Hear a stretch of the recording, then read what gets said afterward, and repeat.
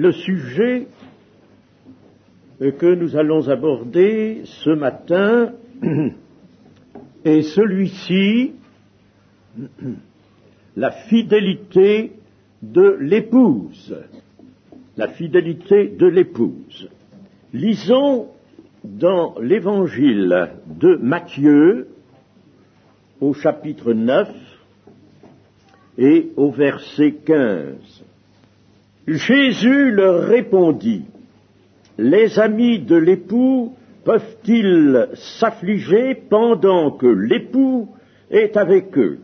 Les jours viendront où l'époux leur sera enlevé, et alors ils jeûneront. Nous prenons que simplement cette partie du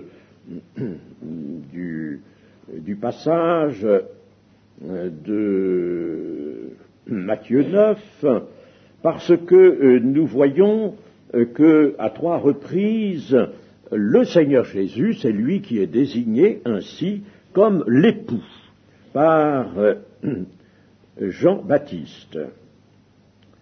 Non, pardon, par Jésus. Jésus leur répondit, les amis de l'époux. C'est Jésus lui-même, donc, qui se désigne comme l'époux. Nous allons maintenant dans Jean 3. Jean 3, verset 25. Or, il s'éleva de la part des disciples de Jean-Baptiste, une dispute avec un juif touchant la purification. Ils vinrent trouver Jean et lui dirent: Rabbi, celui qui était avec toi au-delà du Jourdain, et à qui tu as rendu témoignage, voici, il baptise, et tous vont à lui. Jean répondit: un homme ne peut recevoir que ce qui lui a été donné du ciel. Vous-même m'êtes témoin que j'ai dit: je ne suis pas le Christ, mais j'ai été envoyé devant lui. Celui à qui appartient l'épouse, c'est l'époux, mais l'ami de l'époux, qui se tient là et qui l'entend, éprouve une grande joie à cause de la voix de l'époux. Aussi cette joie, qui est la mienne, est parfaite. Il faut que je croisse et que je diminue. Ici, c'est donc bien Jean-Baptiste, en effet, qui désigne le Christ sous cette appellation de l'époux. Le Seigneur Jésus est donc appelé l'époux, au titre qu'il a déjà, c'est-à-dire surtout Dieu fort, admirable, conseiller, Père d'éternité, Prince de la paix, souverain sacrificateur, chef de l'Église. Dieu a ajouté celui d'époux. Et ce titre est évocateur d'une union, bien sûr, évocateur d'une union indestructible, union d'amour et de dévouement. Mais qui est l'épouse? L'épouse, c'est le peuple de Dieu, l'Église.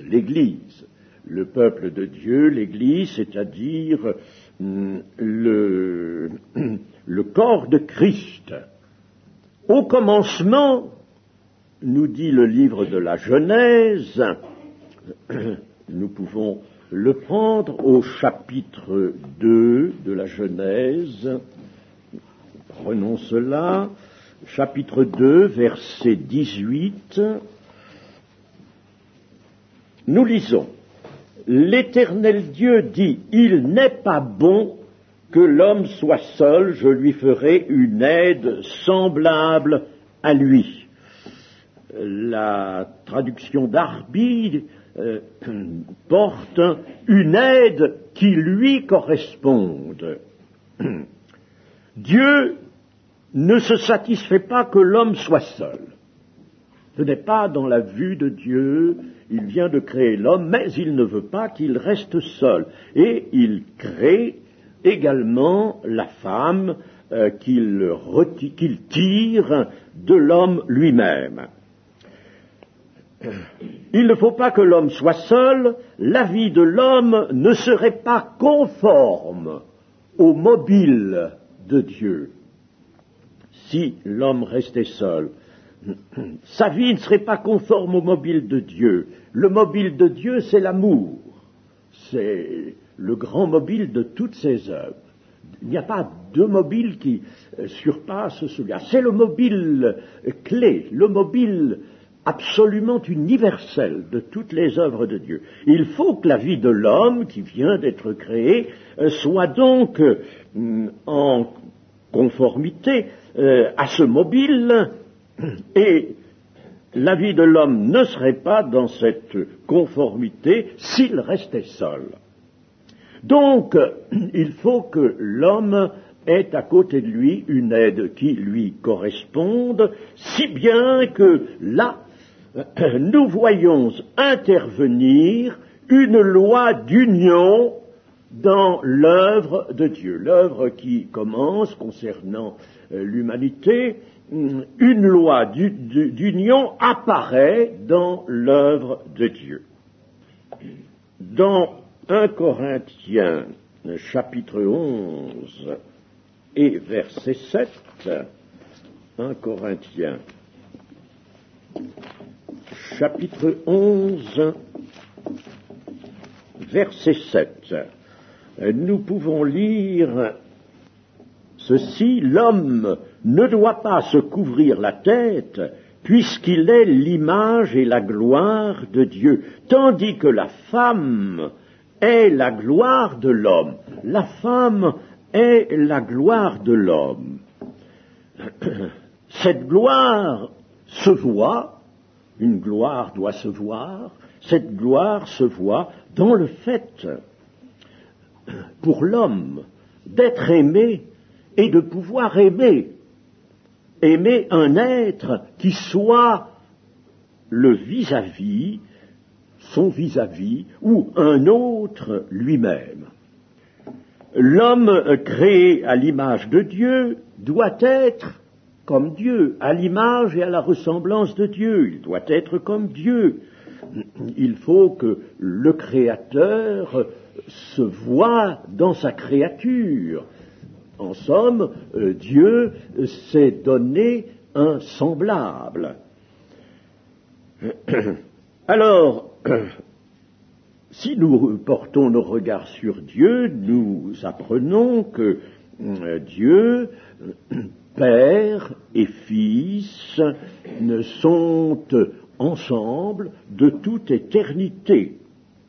Dieu, en somme, dans la constitution de son essence, n'est pas seul, il est Père, Fils et Saint-Esprit, le Saint-Esprit étant l'Esprit du Père et l'Esprit du Fils. Jésus dit concernant l'Église, dans la prière sacerdotale de Jean 17, qu'il soit un, les disciples, ses disciples, qu'ils soient un, comme nous sommes un, moi, le Christ, en eux, et toi, Père, en moi, afin qu'ils soient parfaitement un. Nous voyons là ce grand mobile d'union, d'amour. C'est très important cela, très important. Nous nous arrêtons à bien des considérations qui ont trait, celles qui nous intéressent surtout, aux choses, au comportement, aux choses de la vie courante maintenant, mais il faut s'élever vers les grands principes. En voilà un, et il est majeur celui-là, qu'il soit un comme nous sommes un, Père, Fils sont un.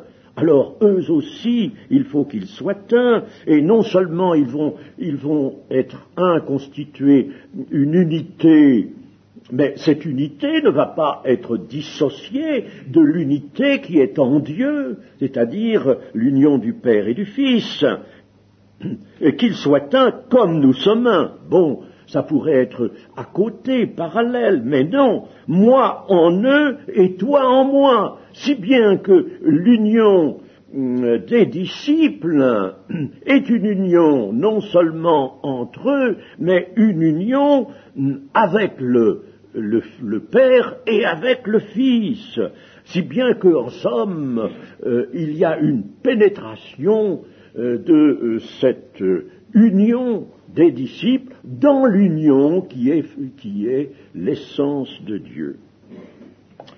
Adam constate, après que Dieu fut intervenu, il constate que sa compagne, la compagne que Dieu lui donne, est os de ses os et chair de sa chair.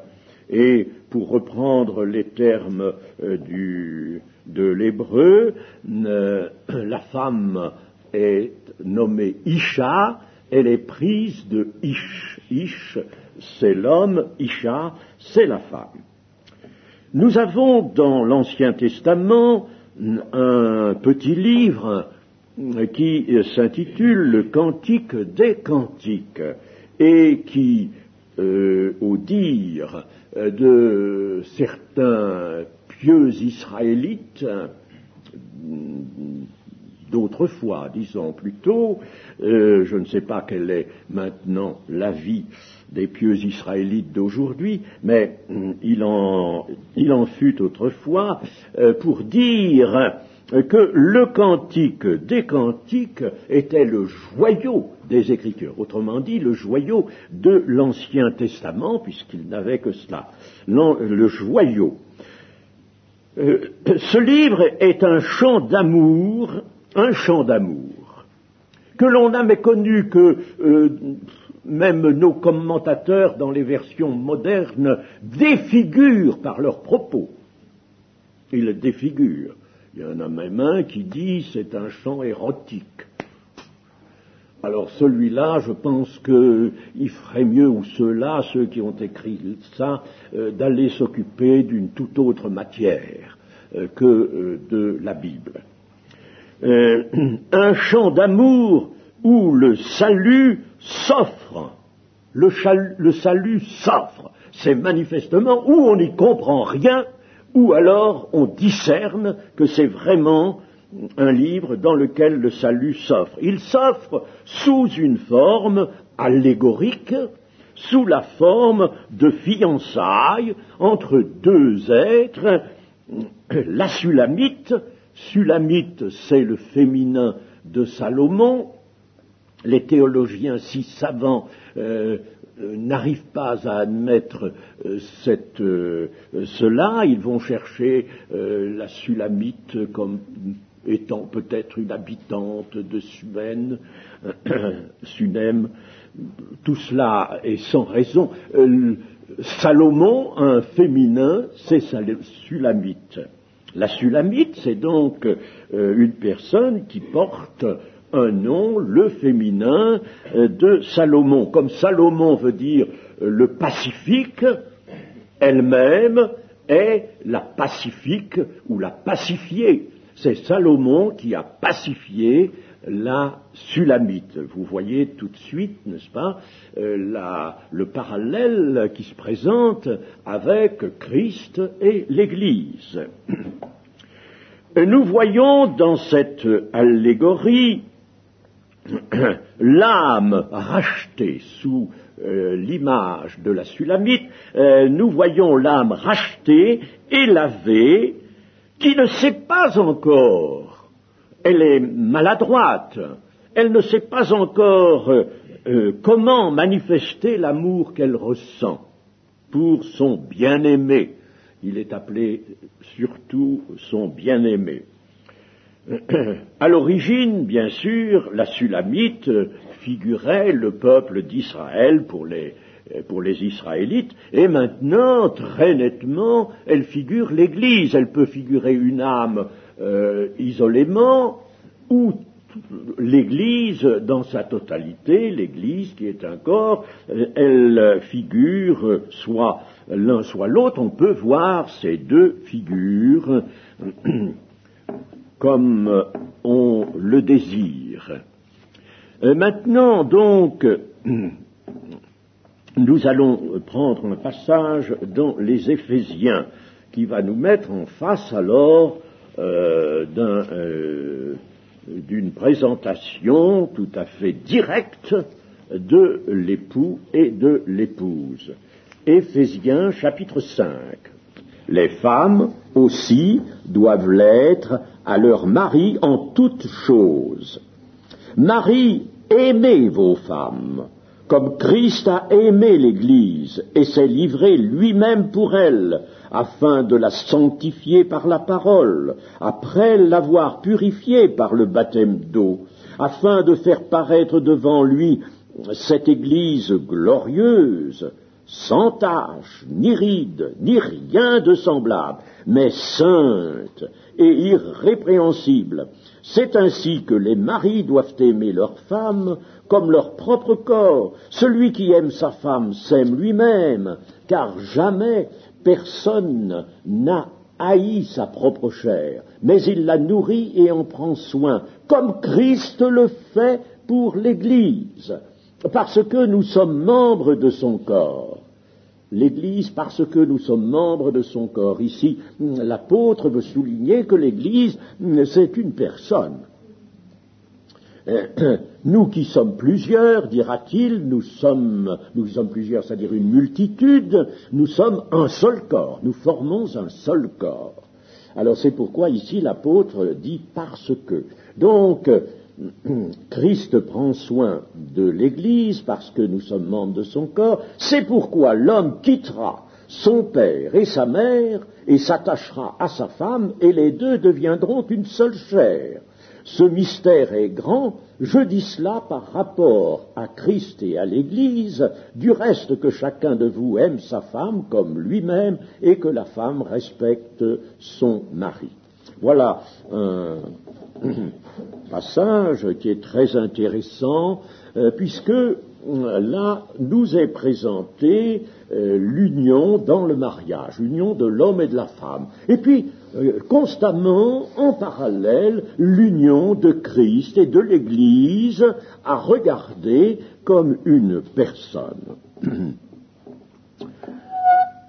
Nous comprenons que l'union de l'homme et de la femme dans le mariage est rapprochée, exactement rapprochée de l'union de Christ et de l'Église, et que l'union dans le mariage reflète cette autre grande union de Christ et de l'Église. Jésus-Christ sanctifie l'Église, avons-nous lu, il lui donne sa force, il lui donne aussi le fruit de sa victoire sur le péché et sur la mort, il la nourrit et l'aime, il la nourrit, et vous voyez combien nous avons besoin de méditer, de sonder les Écritures, et cela sous l'éclairage du Saint-Esprit. Mais l'apôtre nous dit, en terminant, ce mystère est grand. Ce mystère est grand, je dis cela, il formule ici une appréciation, je dis cela par rapport à Christ et à l'Église.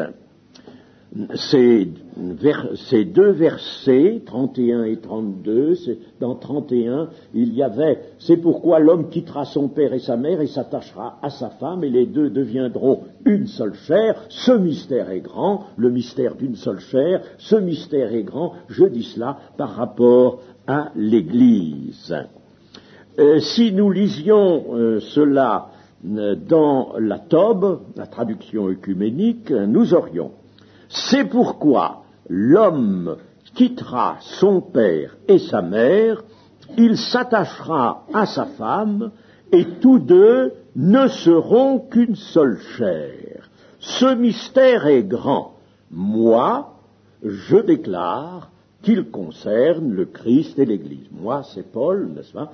Moi, Paul, je déclare qu'il concerne le Christ et l'Église. Donc, c'était l'interprétation de Paul, mais cette interprétation a pris place dans l'Écriture, elle est donc couverte par l'inspiration plénière des Écritures.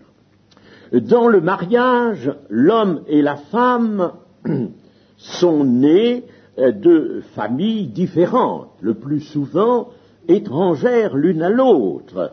Or, ces deux-là, qui pendant peut-être toutes les années de leur adolescence et même du début de leur maturité, ne se connaissaient pas, voici qu'ils se rencontrent, entre eux un sentiment prend naissance, ils s'épousent, ils se marient, et ils deviennent une seule chair. Ils ne l'étaient pas, ils le deviennent. Ils étaient étrangers, ils se rencontrent, ils deviennent une seule chair.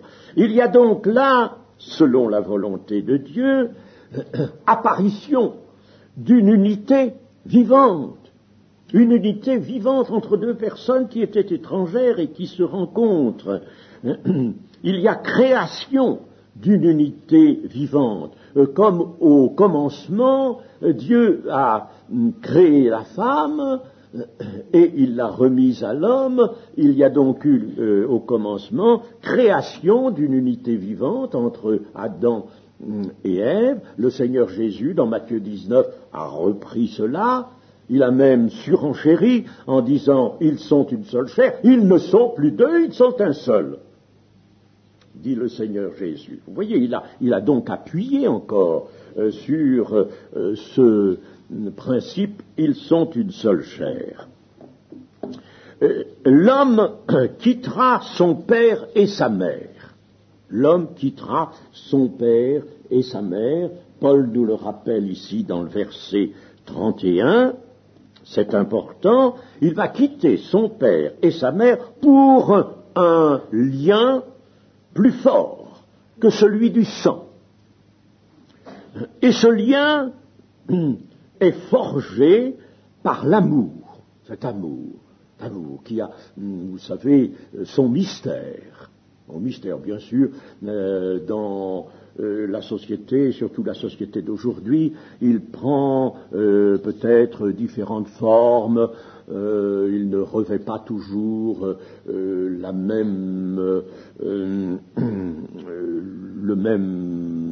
même sens, peut-être, toujours la même réalité. Bon, mais il n'empêche qu'il a son mystère, cet amour.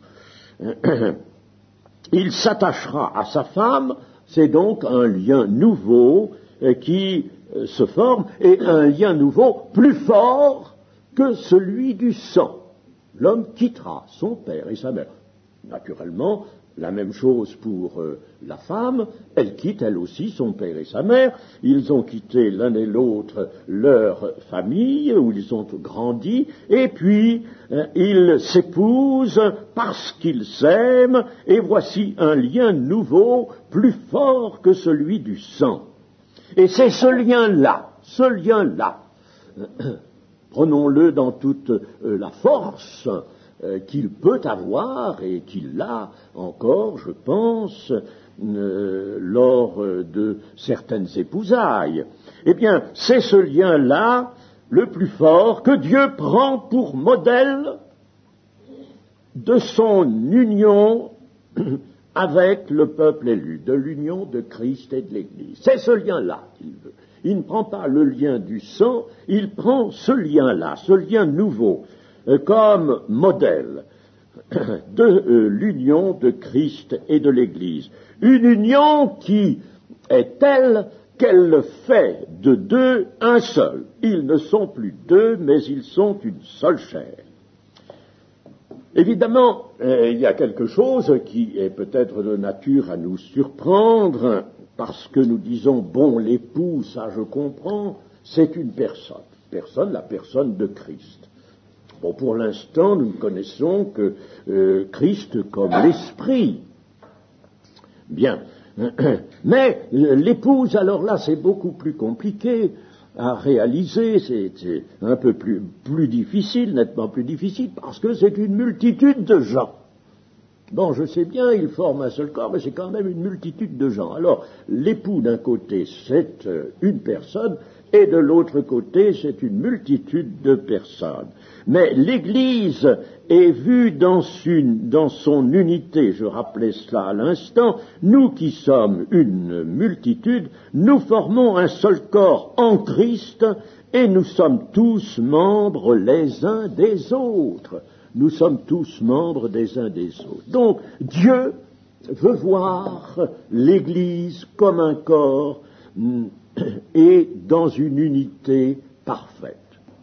Alors, chaque fois que nous détruisons d'une façon ou de l'autre cette unité, eh bien, nous sommes bien en faute. Vous le voyez, n'est-ce pas? Combien c'est grave de détruire l'unité dans l'Église.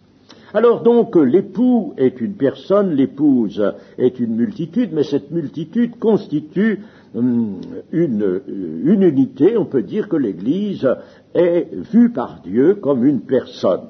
Alors, cette union de Christ et de l'Église qui est mise en parallèle avec l'union de l'homme et de la femme dans le mariage, est-ce que nous devons comprendre cela comme une parabole, comme une allégorie, comme une métaphore, ou voir là un symbolisme? Non, rien de tout cela.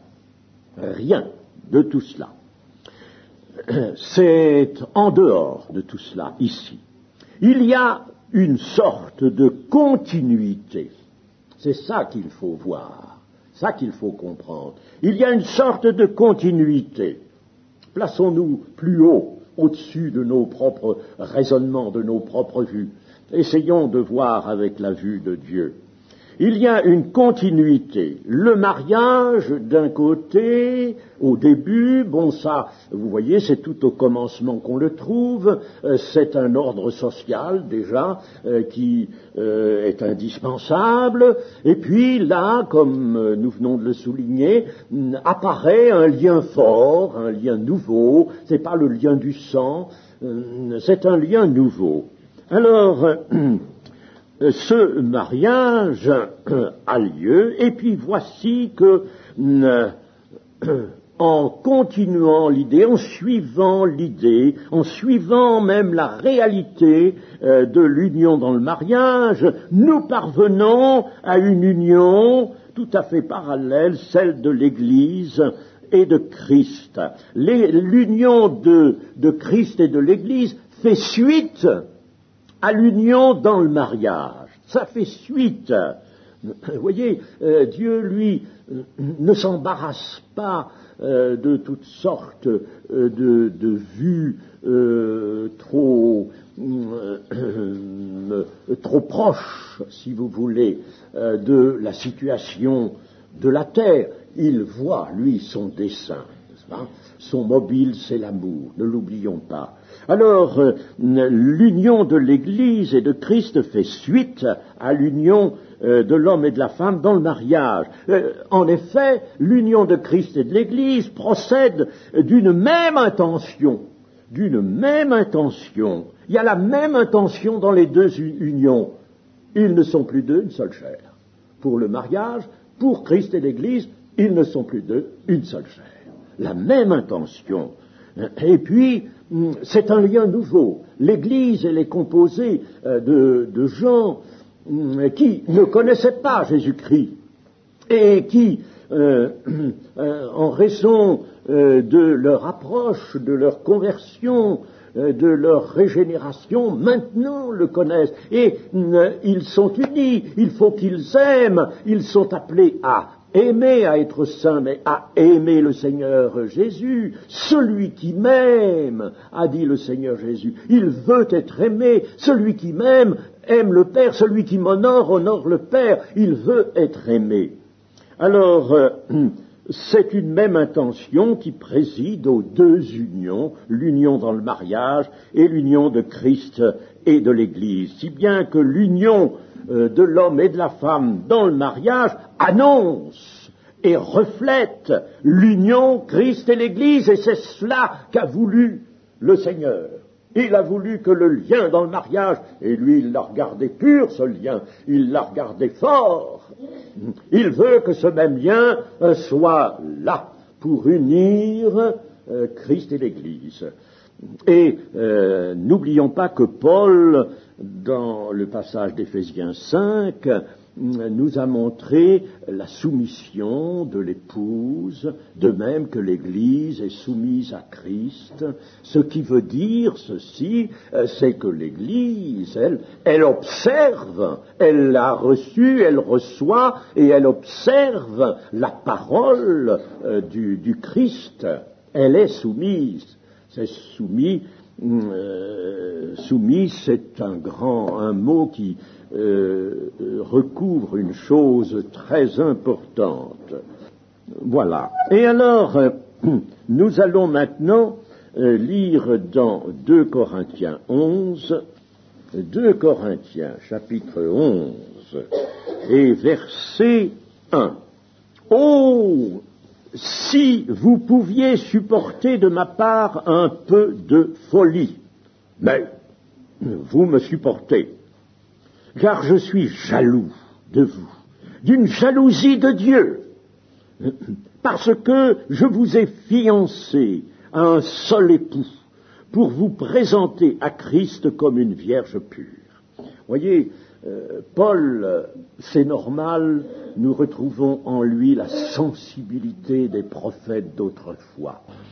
Non seulement ces prophètes avaient la parole à annoncer, à dire, mais ils sentaient ce qui était dans la parole. Ils sentaient cette parole agir déjà en eux-mêmes, les transporter eux-mêmes, les troubler eux-mêmes. Et là, ici, nous voyons ce même phénomène.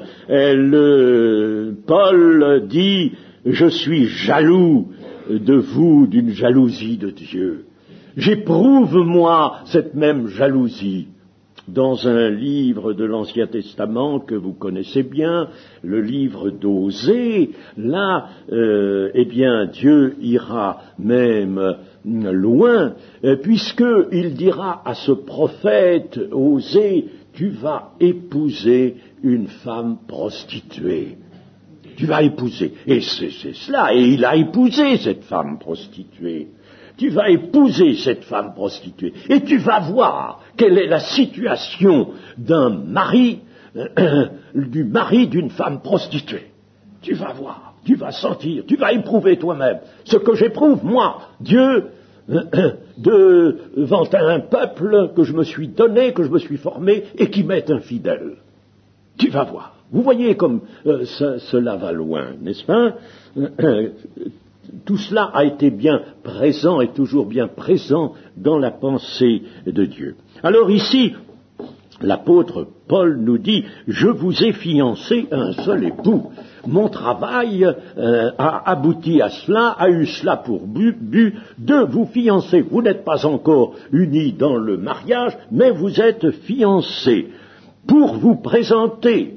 Il faut que je vous présente à Christ comme une vierge pure. Et dans les Colossiens, il nous montrera qu'il entend présenter à Dieu tout homme devenu parfait en Christ.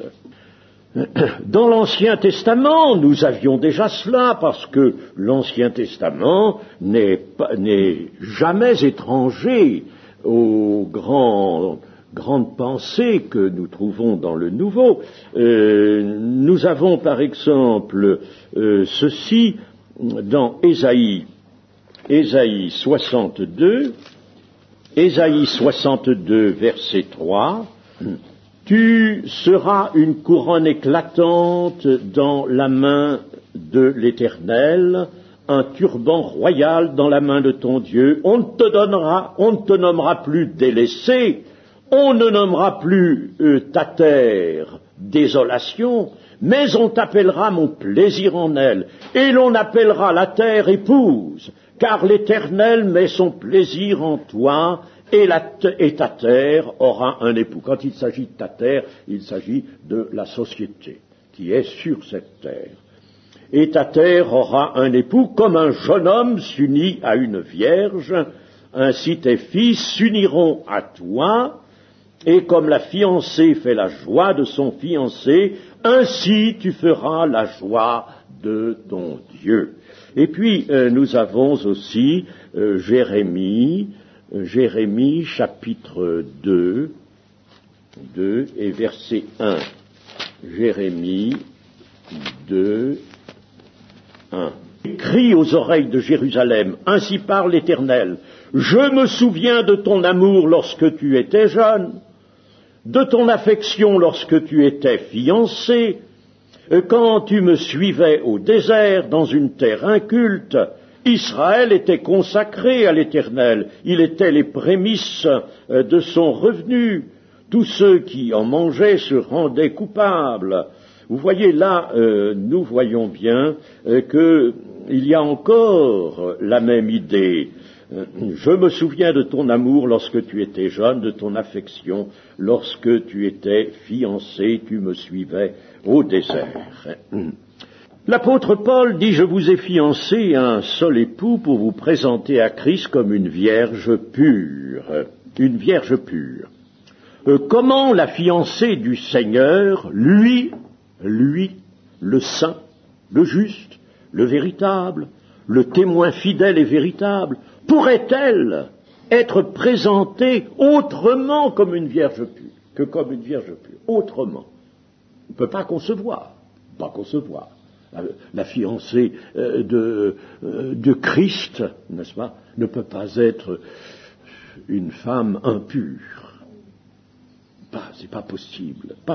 Donc, c'est tellement évident, ça. Et l'Écriture insiste sur le caractère de pureté que devra posséder l'épouse, c'est-à-dire l'Église, lors de sa présentation à Christ. C'est toujours à ce moment-là, pour ce moment-là, que différents textes parlent de pureté.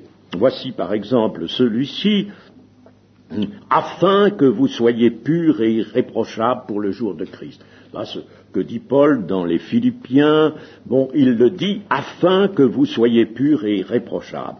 Puis, dans les Colossiens, il vous a maintenant réconciliés pour vous faire paraître devant lui saints, irrépréhensibles et sans reproche. Dans les Éphésiens 5, nous l'avons vu, afin de faire paraître devant lui cette Église glorieuse, sans tache ni ride, ni rien de semblable, mais sainte et irrépréhensible. Dans la deuxième épître de Pierre, appliquez-vous à être trouvés par lui sans tache et irrépréhensible dans la paix. Dans 1 Thessaloniciens 3, que le Seigneur augmente de plus en plus parmi vous et à l'égard de tous cet amour que nous avons nous-mêmes pour vous, afin d'affermir vos cœurs, pour qu'ils soient irréprochables dans la sainteté devant Dieu notre Père lors de l'avènement de notre Seigneur Jésus avec tous ses saints. L'Apocalypse, lui, dans son chapitre 19, annonce que l'épouse de l'agneau, nous sommes au moment des noces de l'agneau, l'épouse de l'agneau sera revêtue d'un fin lin, éclatant pur. Et ce passage précise, le fin lin, ce sont les œuvres justes des saints, c'est-à-dire les œuvres justes, les œuvres faites dans le champ de la parfaite justice, c'est-à-dire que c'est la parfaite fidélité. La parfaite fidélité. Bon, pour l'instant, je n'insiste pas plus, mais à vous de méditer cela. Une vierge pure, il ne peut pas en être autrement quant à la fiancée de l'époux. Dans l'Écriture, le prophète Ésaïe, par exemple, au chapitre 55, il est dit ceci: « Je traiterai avec vous une alliance éternelle, et votre âme vivra. » Une alliance, je traiterai avec vous. Vous, peuple d'Israël, savons que la nouvelle alliance dans laquelle se trouve maintenant l'Église a été d'abord proposée, apportée au peuple d'Israël, puis elle s'est étendue aux païens que nous étions. Je traiterai avec vous une alliance éternelle et votre âme vivra. Ésaïe 55, 3. Jérémie et Ézéchiel, pour leur part, proclament aussi, confirment: je traiterai avec eux une alliance éternelle. Une alliance qui sera éternelle et qui les conduira dans l'éternité. Et puis, nous connaissons cette parole du Seigneur Jésus au moment de la scène, de l'institution de la scène. Ceci est le sang de l'alliance répandu pour plusieurs. Jésus est le médiateur de cette nouvelle alliance. C'est lui, par lui que se traite cette nouvelle alliance. Une alliance, cela se traite. Il est le médiateur, il est aussi l'époux. Je ne vais pas vous relire les passages où cela est dit dans Hébreux 8, 6 par exemple, 9, 15, 12, 24. Jésus est désigné comme le médiateur. L'alliance, qu'est-ce que c'est? L'alliance a beaucoup de force dans le dessein de Dieu. Elle tient une place prépondérante. L'alliance, c'est un traité. Un traité. C'est un engagement réciproque. Il n'y a pas engagement d'un seul côté, mais de deux côtés. Un engagement réciproque, c'est un contrat d'union. Dieu s'unit au peuple qu'il s'est donné. Actuellement, l'Église dans la nouvelle alliance. C'est un contrat d'union, c'est donc un contrat de mariage. C'est un contrat de mariage. Et cette alliance concerne les grâces présentes, les grâces à venir, elle concerne l'héritage promis, mais aussi elle a des clauses. Tout traité a des clauses. Elle a comme clause la pleine observation des paroles de l'alliance, de ce que l'alliance renferme, contient, et toutes les instructions de Jésus-Christ entrent dans les clauses de l'alliance nouvelle. Par conséquent, être fidèle à l'alliance, c'est garder la parole du Seigneur, ou garder les commandements, garder mes commandements, a dit le Seigneur Jésus. Donc, il y a un contrat de mariage. Si même j'avais le temps d'aller plus loin, je vous montrerai que ce contrat de mariage a été non seulement scellé par le sang de Jésus, c'est beaucoup cela, mais il a été traité devant, disons, un personnage qui tenait une place comparable à celle d'un notaire, officier ministériel qui représente la puissance publique, d'un notaire, donc Dieu et le peuple d'Israël au début, mais l'alliance, j'ai dit, la nouvelle alliance a été traitée et proposée au peuple d'Israël. Eh bien, ce contrat a été scellé devant notaire. C'est extraordinaire. Ça se trouve dans Hébreux 7, mais je n'ai pas le temps de détailler. Vous voyez comme, par conséquent, tout est en bonne place pour nous présenter vraiment cette mise en place et ce déroulement du dessein de Dieu dans le cadre d'une union, d'une grande union, l'union de Christ et de l'Église. Mais malheureusement, les hommes sont des hommes, ils sont issus de la chute et il y a des transgressions. Et la Bible nous en parle. L'alliance ancienne a été rompue. Elle a été rompue, elle a été transgressée, l'ancienne alliance, elle a été violée. Et ces transgressions sont appelées dans les Écritures des adultères et des prostitutions. Et nous en avons surtout la caractérisation au sujet de Samarie et de Jérusalem. Samarie et Jérusalem, les deux capitales. Jérusalem, la capitale de Juda et Benjamin, et puis Samarie, la capitale des 10 autres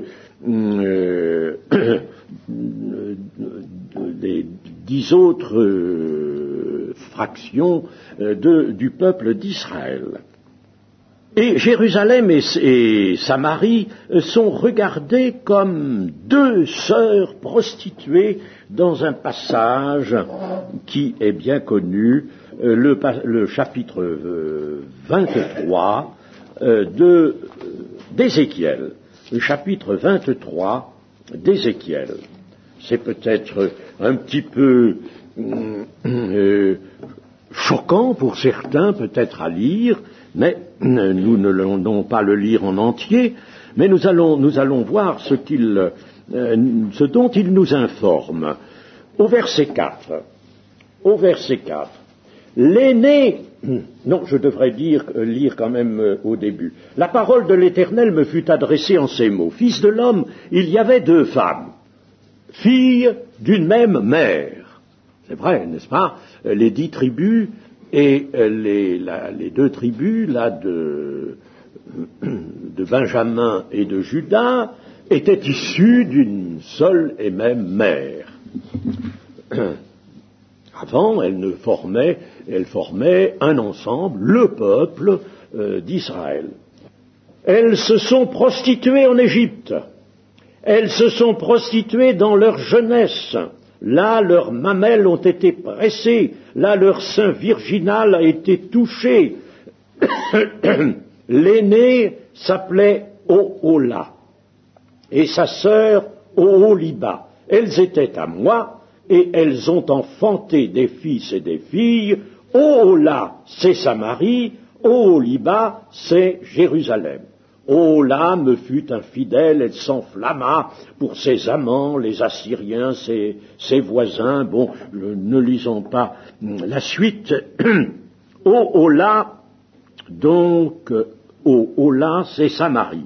Oholiba, c'est Jérusalem. Ohola signifie sa tante en elle. Tante, T-E-N-T-E, sa tante à elle. Et puis, Oholiba signifie ma tante en elle.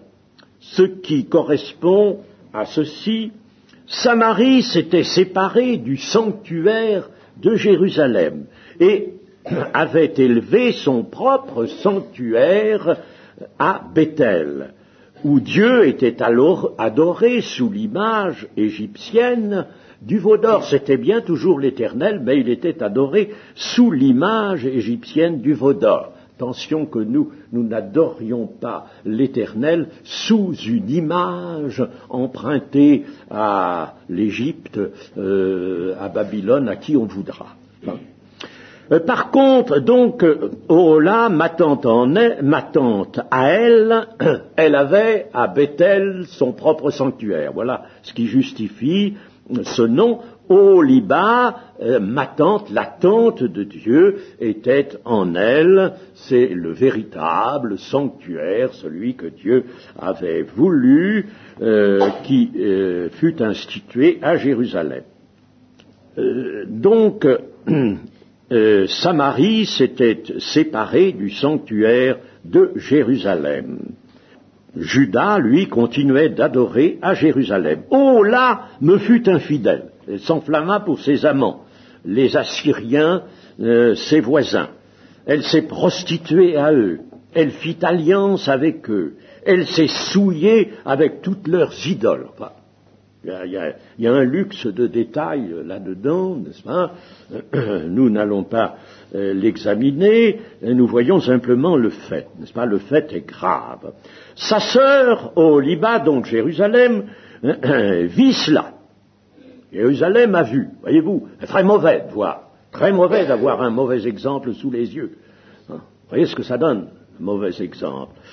Peut-être que si Jérusalem n'avait pas vu l'exemple de Samarie, les choses auraient été différentes. Sa sœur Oholiba vit cela. Elle fut plus déréglée qu'elle dans sa passion. Ses prostitutions dépassèrent celles de sa sœur. Je vis qu'elle s'était souillée, que l'une et l'autre avaient suivi la même voie. Elle alla même plus loin dans ses prostitutions, et concernant Jérusalem, c'était pas avec les Assyriens, c'était avec les Chaldéens. Et au verset 18, le prophète dit de la part de Dieu, « Et mon cœur s'est détaché d'elle, comme mon cœur s'était détaché de sa sœur. Elle a multiplié ses prostitutions. » Mes amis, quand nous lisons ça, cette histoire, c'est du passé, ça ne nous touche pas de trop près, mais ça constitue un avertissement qu'il ne faut surtout pas abandonner. Ces femmes, donc, ces villes, ces peuples sont qualifiés de femmes adultères. Ainsi, cette prophétie se sert de termes crus, qui trouve que c'est un peu trop cru. Eh bien, c'est des termes crus. Pourquoi? Parce que là, le prophète inspiré n'a pas craint de coucher dans sa prophétie des termes propres à exciter le dégoût. Le dégoût. Si on a vraiment la vision de ce que Dieu est, de la sainteté de Dieu, et qu'on dit voilà, ce sont des peuples, des villes, des peuples qui sont alliés avec Dieu, ont eu le grand privilège, le bonheur d'être alliés avec Dieu, ils se prostituent comme cela. Ils vont adorer des faux dieux, et ils vont participer même à la prostitution sacrée, prostitution dans le sens littéral. Alors, le prophète s'est servi de termes crus pour stigmatiser l'abomination et l'horreur de l'infidélité à Dieu. Notre époque licencieuse et permissive ne trouverait rien à redire, soyez tranquilles, à la conduite d'Ohola et d'Oholiba. Notre époque l'approuverait. Vous direz, mais c'est bien, très bien ce qu'ils ont fait là. Ils ont pris leur liberté, ils n'ont pas voulu rester dans l'aliénation, ils se sont vraiment, n'est-ce pas, ils ont pris en main leur responsabilité, leur liberté, bravo. Voilà ce que dirait aujourd'hui notre mentalité. Aussi, avec cette mentalité-là, notre monde a-t-il conduit le christianisme dans des infidélités du même ordre, et même peut-être plus graves. Et c'est l'islam. Je ne sais pas si vous voyez combien notre Occident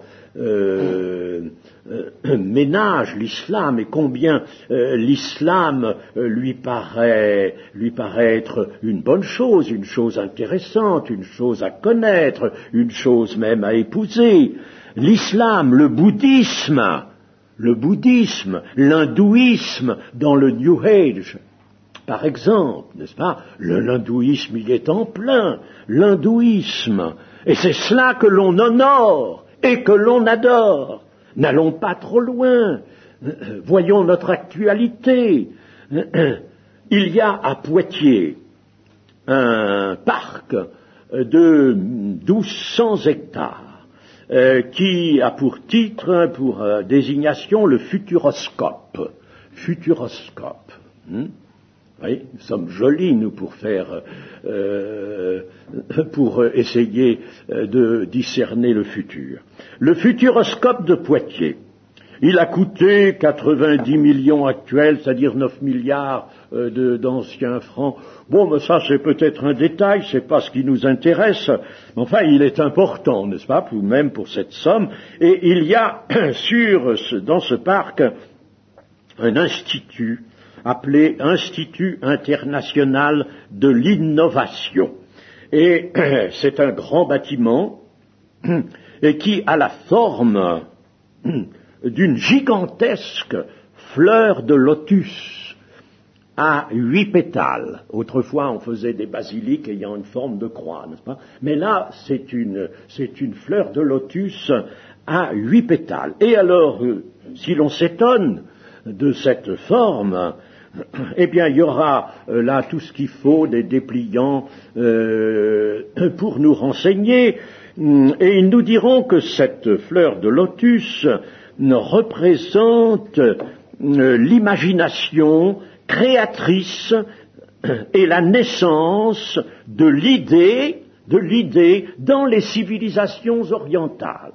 On aime ça maintenant, on aime aller là, dans les civilisations orientales. Et puis, c'est pas tout, cette fleur de lotus veut être aussi le symbole de l'harmonie cosmique. De l'harmonie cosmique. Voyez où nous sommes, bien loin du christianisme. Et c'est pas encore tout. La fleur de lotus entend rendre hommage au bouddhisme, car elle figure, nous dit-on, la nature de Bouddha. Voilà, en plein Poitiers, en plein milieu de la France. Voilà ce que nous avons vu. Il y a bien d'autres choses. Le christianisme est submergé. Quelqu'un, un commentateur politique qui est dans les conseils du gouvernement, disait récemment, avec vraiment autorité, il disait maintenant, le christianisme, c'est fini, il est parti, pleurons pas dessus, il est parti, c'est fini, il est évincé. Il est évincé. Nous, malheureusement, n'est-ce pas, nous constatons, le christianisme est submergé, et l'Église évangélique, nous, n'est-ce pas, dans le christianisme, nous voyons à part, comme l'Église, le milieu évangélique, et ce milieu devra se confier au Seigneur, attention, qui a promis de garder ceux qui garderaient la parole de persévérance en lui, de le garder à l'heure de la séduction qui va venir sur le monde entier pour éprouver les habitants de la terre. Et ça, nous y sommes en plein dans cette séduction. Elle est là, voyez-vous, à Poitiers et ailleurs, n'est-ce pas? Le New Age, maintenant, envahit la France, il a envahi les États-Unis, envahi l'Allemagne, atteint les milieux dirigeants, les milieux pensants, les milieux politiques, et ce qu'il y a là, eh bien, il y a toutes sortes de choses provenant de l'hindouisme et provenant aussi de l'humanisme athée. Il y a la réincarnation, notamment. La réincarnation est venue remplacer la résurrection. La réincarnation, et vous avez des gens, ce ne sont pas de pauvres égarés, ce sont des gens, s'il vous plaît, d'importance dans la société, qui vont vous dire, moi j'ai déjà conscience de ce que j'ai fait dans mes vies antérieures. Voilà, le christianisme est submergé, il n'y a pas d'autre terme, c'est vrai, il faut se faire à cette vérité-là. Adultère que vous êtes, s'écrie Jacques, adultère que vous êtes. Ne savez-vous pas que l'amour du monde est inimitié contre Dieu? Celui donc qui veut être ami du monde se rend ennemi de Dieu. C'est avec jalousie que Dieu chérit l'esprit qu'il a fait habiter en vous. Et nous voudrions, avant d'en terminer ce matin avec ce sujet, ce beau sujet, sur lequel on pourrait parler bien plus longuement, puisqu'il m'est arrivé de faire jusqu'à 6 conférences sur ce sujet, et nous pouvons lire dans 2 Corinthiens, chapitre 5, verset 2. 2 Corinthiens, chapitre 5, verset 2. Aussi nous gémissons dans cette tente, désirant revêtir notre domicile céleste, si du moins nous sommes trouvés vêtus et non pas nus, car tandis que nous sommes dans cette tente, nous gémissons accablés parce que nous voulons non pas nous dépouiller, mais nous revêtir, afin que ce qui est mortel soit englouti par la vie. Et celui qui nous a formés pour cela, c'est Dieu qui nous a donné les arts de l'esprit. Notre domicile céleste, qu'est-il? C'est le corps de la résurrection que nous désirons revêtir. Mais pour cela, il faut que maintenant nous soyons trouvés vêtus et non pas nus. Si nous sommes nus, ça, nous ne pourrons pas revêtir le domicile céleste. Mais vêtus maintenant de quoi? Vêtus de ce que le prophète Ésaïe déjà appelait la robe de justice. La robe de justice, cette robe qui engloutit tout ce qui est mortel par la vie, c'est la robe de justice et la robe de vie. Il faut que la vie nouvelle submerge tout vestige de mort en nous, que la mort soit submergée par cette justice dont le Seigneur nous revêt comme d'une robe. Dans Ésaïe 61, 10, version Darby, figure cette expression, la robe de justice. La fiancée de Christ doit être donc une vierge pure, et elle ne peut pas être vêtue autrement que de la robe de justice. Rappelons-nous la parabole des noces dans Matthieu 22. Je pense que vous avez cela à l'esprit.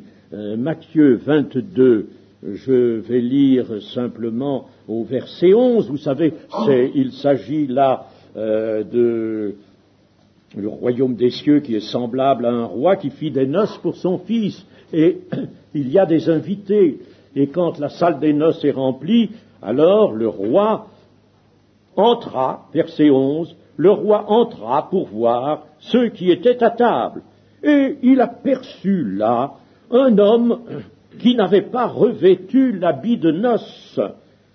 Il lui dit, mon ami, comment es-tu entré ici sans avoir un habit de noces? Cet homme eut la bouche fermée. Alors le roi dit à ses serviteurs, liez-lui les pieds et les mains et jetez-le dans les ténèbres du dehors, où il y aura des pleurs et des grincements de dents, car il y a beaucoup d'appelés, mais peu d'élus. C'est terrible, cette parabole. On aime bien entendre les paroles douces, accueillantes, rassurantes du Seigneur Jésus ou des apôtres, mais cette parole-là, on l'aime peut-être moins, des paroles comme ça. Mais c'est pourtant le Seigneur Jésus qui a prononcé cela, n'est-ce pas? Pourtant, Dieu n'a rien a priori contre cet invité qui n'est pas en règle. Il lui dit, mon ami, comment es-tu entré ici sans avoir un habit de noces? Comment as-tu fait? Comment est-ce possible? Et puis alors l'autre, il ne s'est pas donné d'explication, il n'y en a pas.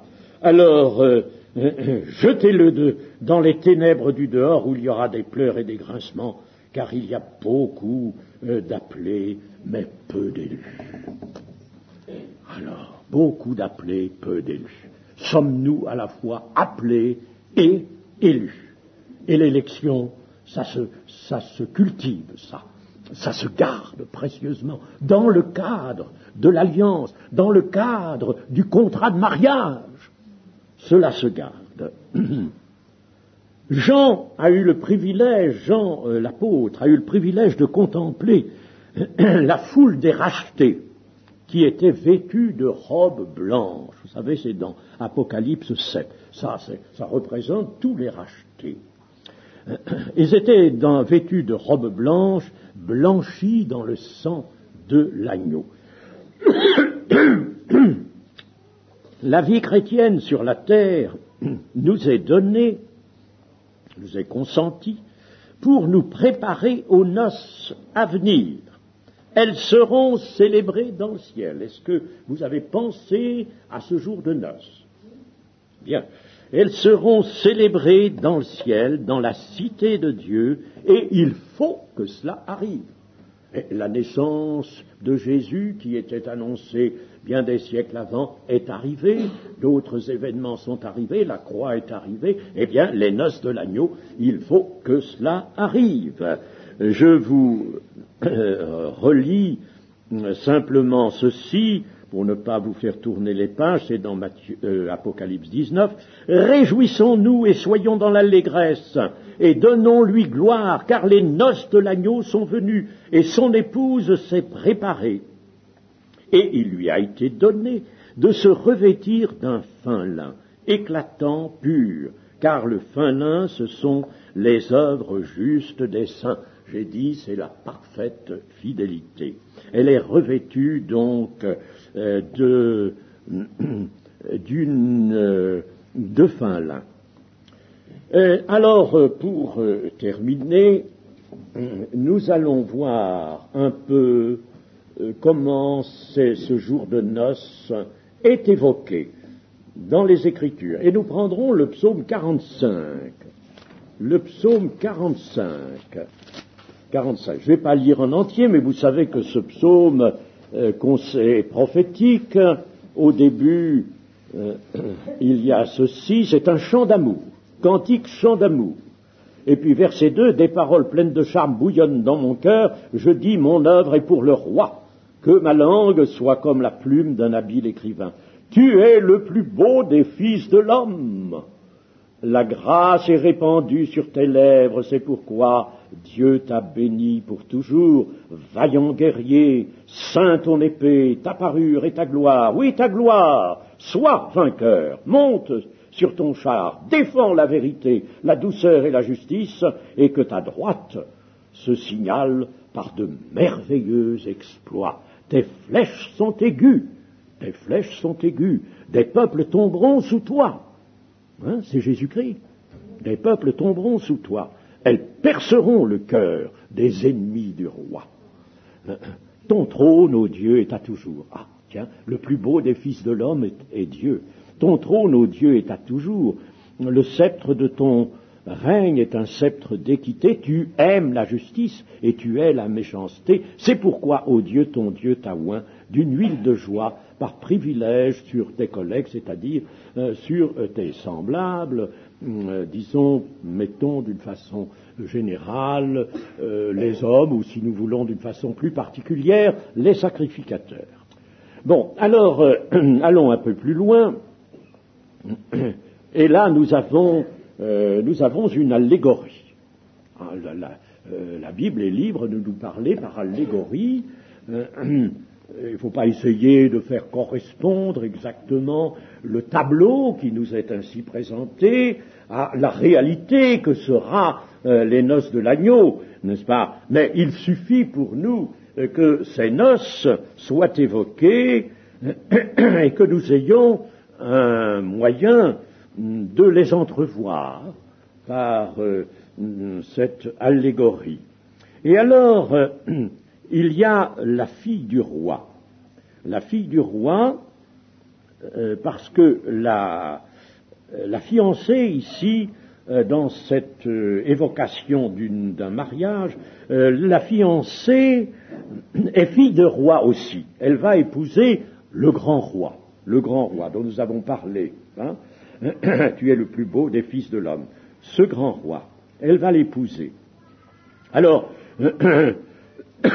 nous la voyons comment elle est parée. C'est ça qui nous intéresse, au verset 14.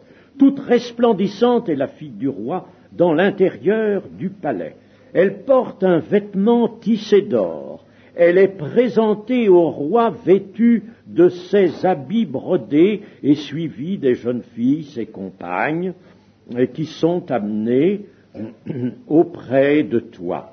On les introduit au milieu des réjouissances et de l'allégresse. Elles entrent dans le palais du roi. Alors elle porte un vêtement tissu d'or et elle est présentée au roi vêtue de ses habits brodés. La fiancée, l'épouse elle-même, fille de roi, nous la voyons vêtue donc de ce vêtement tissu d'or et d'habits brodés. Les habits brodés, c'est la robe de fin lin. La robe de fin lin. Ce sont les œuvres justes. Ça a été travaillé, cela. Ça a été travaillé. En plus, et par-dessus cette robe de fin lin, elle porte un vêtement tissu d'or, comme l'était l'éphod du souverain sacrificateur, qui était, nous dit l'Ancien Testament, non pas tissu d'or, mais brodé d'or, ce qui revient au même, il était brodé d'or, l'éphod. Et vous savez quelle était l'importance de cette partie du vêtement qui ne couvrait pas entièrement la robe, quelle était son importance dans les vêtements du souverain sacrificateur. C'était le signe de la sainteté et de la gloire de Dieu. De la sainteté et de la gloire de Dieu. Et cette sainteté et cette gloire se sont donc portées sur l'épouse qui entre dans le palais du roi. Ce sont, si vous voulez, en quittant l'évocation pour revenir d'une façon plus proche à la réalité, ce sont ceux qui ont été justifiés et qui sont aussi glorifiés, comme dit Romains 8, 29 et suivant.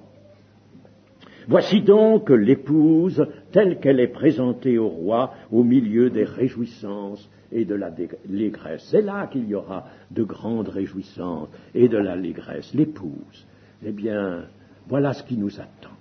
Voilà ce que Dieu a préparé.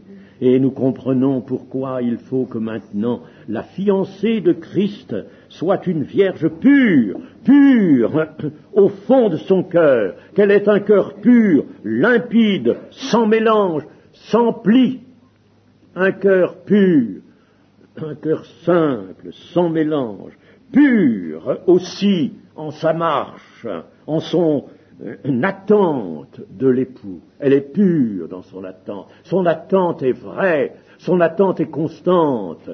Son attente n'est pas quelque chose d'allié à d'autres espérances. Non, elle est pure dans son attente. Et elle est pure enfin dans ses œuvres qui glorifient le Seigneur. Voilà ce que signifie cette robe brodée et cet éphod brodé d'or, tissu d'or, sous lesquels elle est présentée à son roi, à son époux. Cela aura lieu dans la cité de Dieu bientôt. Que le Seigneur nous bénisse et nous prépare pour ce merveilleux temps. Amen. Seigneur, Dieu de paix, Dieu d'amour et de bonté, nous te louons et te bénissons, car ton dessein a tout préparé à l'avance, a tout conçu, et nous savons que tout s'accomplira, et que bientôt, cette magnifique, remarquable conclusion se présentera. Ce sera l'accomplissement, la consommation de toutes choses. Et nous voulons nous y préparer. Et maintenant, être, nous, la Vierge pure, qui nous est demandé d'être dans le Saint-Livre. Gloire à ton nom, Seigneur. Amen.